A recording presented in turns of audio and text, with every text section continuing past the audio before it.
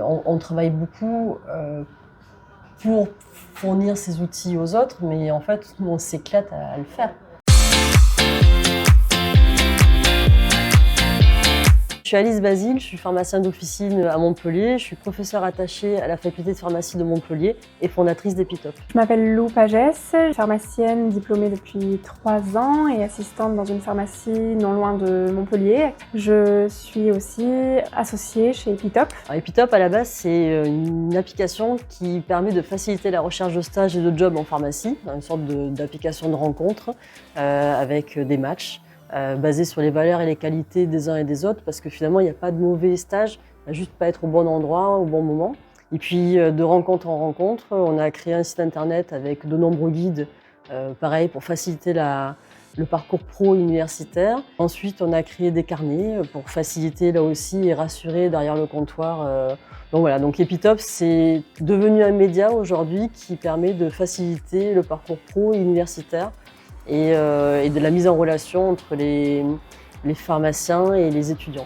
Les chiffres, en ce moment, ils s'affolent un petit peu. On a actuellement à peu près 1000 pharmacies qui adhèrent à Epitop et beaucoup plus de candidats. Plus de 26 000 passages depuis le début de l'année, donc ce qui est énorme comparé aux chiffres qu'on pouvait avoir il y a 6 mois ou il y a 1 an.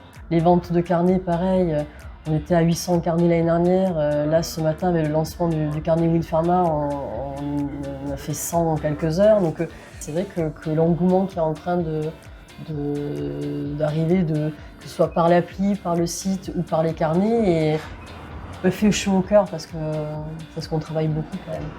C'est vrai que ma vision de jeune pharmacienne peut aider à choisir un petit peu dans le contenu ce qu'on met ou ce qu'on met pas, ce qui me semble plutôt utile ou pas à la pratique.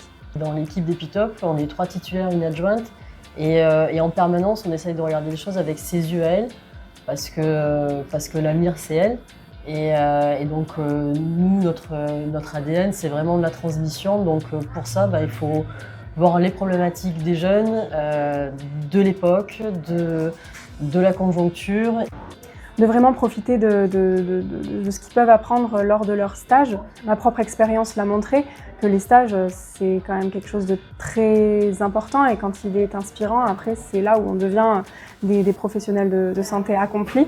Puis d'être curieux. Oui, puis c'est un métier qui est très riche, il y a autant de façons de l'exercer que de pharmacie, donc c'est vrai que de choisir ses stages, de les choisir intelligemment, c'est-à-dire qu'ils se complètent, qui complètent l'expérience professionnelle, ça peut être pertinent. Il faut sortir de nos pharmacies, il faut rencontrer d'autres pharmaciens, il faut rencontrer des experts. On s'éclate parce qu'on